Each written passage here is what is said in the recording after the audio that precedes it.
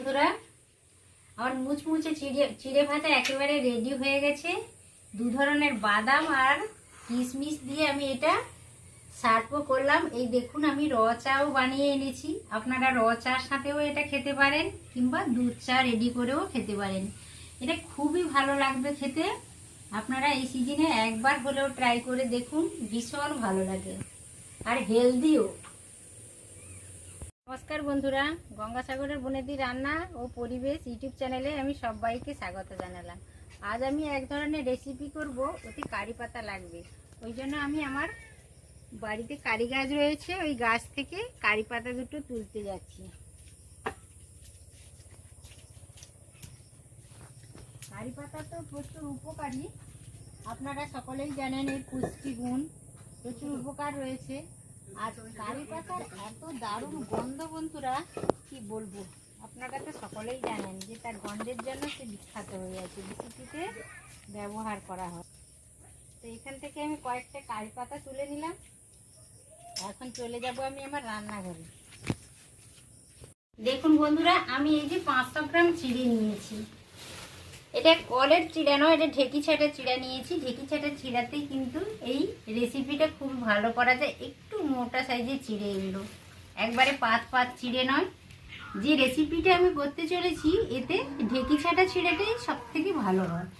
তো অনেক সময় তো চিড়ের মধ্যে অনেক নোংরা থাকে, ওই জন্য হালকা করে একটা চালুনির সাহায্যে আমি চালিয়ে নিচ্ছি। এখন বর্ষাকাল, তো অনেক সময় নোংরা থাকে, ওই জন্য আমি ভালো করে, আপনারাও চিড়েটা ভালো করে চালিয়ে নেবেন।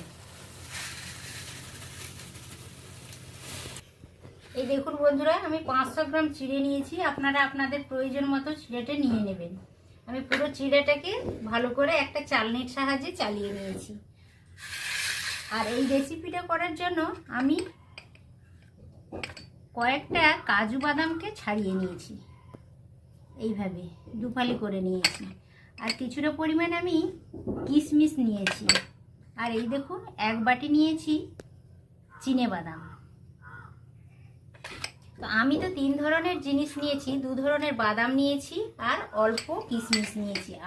আপনাদের কাছে যদি নাও থাকে, কিশমিশ কাজু বাদাম না থাকে, তাহলে এই চিনে বাদাম দিয়েও করা যায়। আর কিছুটা পরিমাণ এই দেখুন, আমি কারি পাতা নিয়েছি। কারি পাতা অনেকটাই তুলে এনেছি, অতটা হয়তো লাগবে না, যতটা লাগে ততটা দেব। তো আমার বাগানেই হয়েছে কারি পাতা। গ্রামে তো প্রায় সবার বাড়িতেই কারি পাতাটা হয়, কিন্তু শহরে যাদের বাড়িতে নেই তারা তো বাজার থেকে কিনতেই পাওয়া যায়। তো চলুন বন্ধুরা, সমস্ত কিছু আমার দেখানো হয়ে গেছে। এবার আমি রেসিপিটা শুরু করতে যাচ্ছি।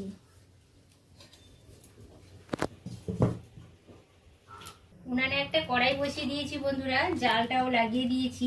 এখন রিফাইন অয়েল কিছুটা পরিমাণে সমস্ত কিছু ভেজে নেওয়ার জন্য 2 ধরনের কাজু আর কাজু বাদাম চিনে বাদাম আর কিশমিশ অল্প অল্প 3টাই নিয়েছি, আর চিড়ে নিয়েছি। সমস্ত কিছু ভেজে নেব। তার আগে আমি রিফাইন অয়েলটা দিয়ে গরম করে নিচ্ছি। দেখুন, আমি কয়েকটা কারি পাতা নিয়েছি। এই কারি পাতাটা প্রথমত আমি ভেজে নেব। অবশ্য করে এটা বর্ষাকালে পোকামাকড় থাকে পাতাতে, ভালো করে বেছে নেবেন আপনারা, তারপরে ভাজবেন।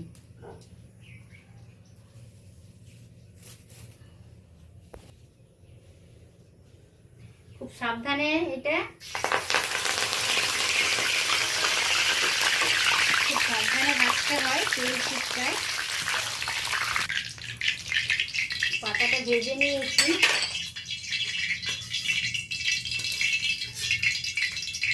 কারি পাতাটা আমার ভাজা হয়ে গেছে। এই দেখুন, একেবারে সবুজ রয়েছে, হালকা আছে, আপনারাও ভেজে নেবেন। এবার আমি চিনে বাদাম কাজু বাদাম আর কিশমিশ একসাথেই ভেজে নেব সমস্ত।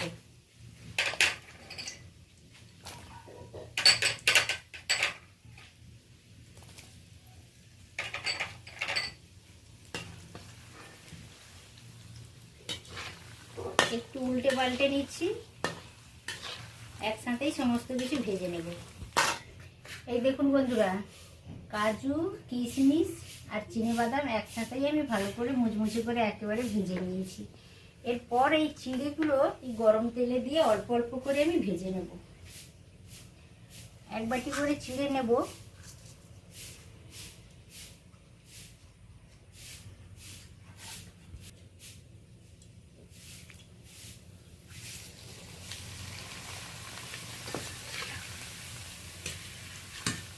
এই ভাজাটা একটু হালকা আঁচেই করতে হবে, কারণ চিড়েটা পুড়ে যেতে পারে, বেশি আঁচে করা যাবে না। যারা গ্যাসে করবেন তারাও খুব লো ফ্লেমে করবেন, আর যারা উনানে করবেন তারা একেবারে হালকা আঁচেই চিড়েটা ভেজে নিতে হবে, না হলে চিড়েটা পুড়ে যাবে। দেখুন বন্ধুরা, চিড়েগুলো আমি ভেজে নিয়েছি অল্প অল্প করে, হালকা আঁচে, যাতে লাল না হয় অল্প অল্প করে দিয়ে একেবারে হালকা আঁচে ভেজে নিতে হবে। আপনারাও এইভাবে হালকা আঁচে ভেজে নেবেন। এই দেখুন কি সুন্দর হয়েছে, লাল হয়নি কিন্তু খুবই মুচমুচে হয়েছে। এই দেখুন একেবারে হাতে ভেঙে যাচ্ছে। তো আর এদিকে দেখুন কাজু বাদাম, কিশমিশ আর চিনে বাদাম, এই তিনটাও আমার ভাজা হয়ে গেছে। আর এই দেখুন কারি পাতাটাও আমি ভেজে নিয়েছি। তো কারি পাতাটা এবার আমি হালকাভাবে এইটা থেকে চুছে নেব। কারি পাতাটা আমি হাতে এইভাবে ভেঙে নিচ্ছি। একেবারে মুচমুচে হয়েছে, কি সুন্দর ভাজার একটা গন্ধ আসছে। কারি পাতা তো খুবই উপকারী একটা পাতা, আর এটা বিভিন্ন তরকারিতেও ব্যবহার হয়, খুবই ভালো লাগে। আর এই গন্ধের জন্য কারি পাতা বিখ্যাত বলা যায়। এইভাবে আমি ভেঙে নিয়েছি দেখুন। এবার আমি কাগজের উপরে রেখেছিলাম, কাগজে তেলটা শুক করে নিয়েছি। এবার এইগুলো আমি দিয়ে দেবো একটু।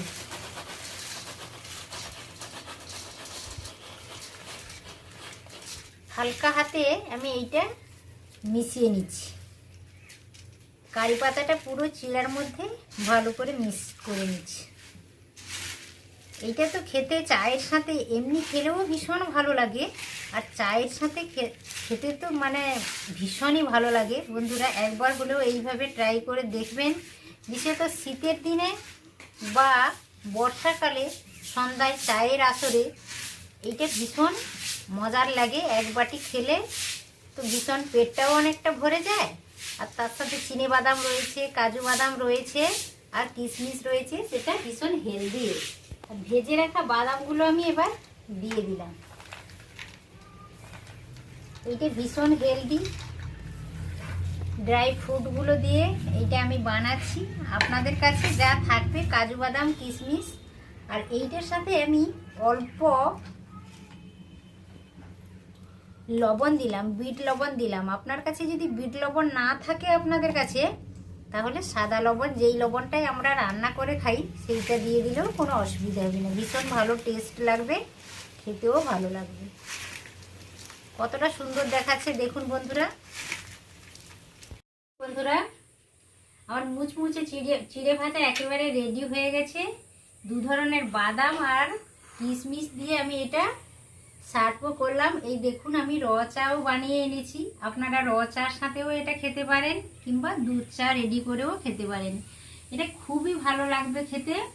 আপনারা এই সিজনে একবার হলেও ট্রাই করে দেখুন, ভীষণ ভালো লাগে আর হেলদিও।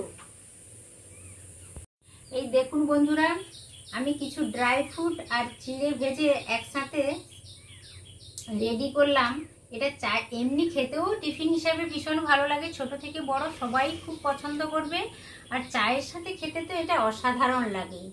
একেবারে মুচমুচে হেলদি একটা ফ্রুট বলা যায়।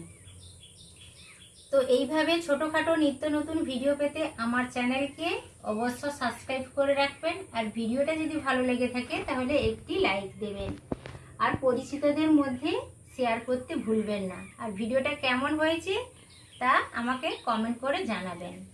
আজ তাহলে আসি বন্ধুরা, দেখা হবে আবার অন্য কোনো ভিডিওতে, অন্য কোনো রেসিপির সাথে। তত সময় আপনারা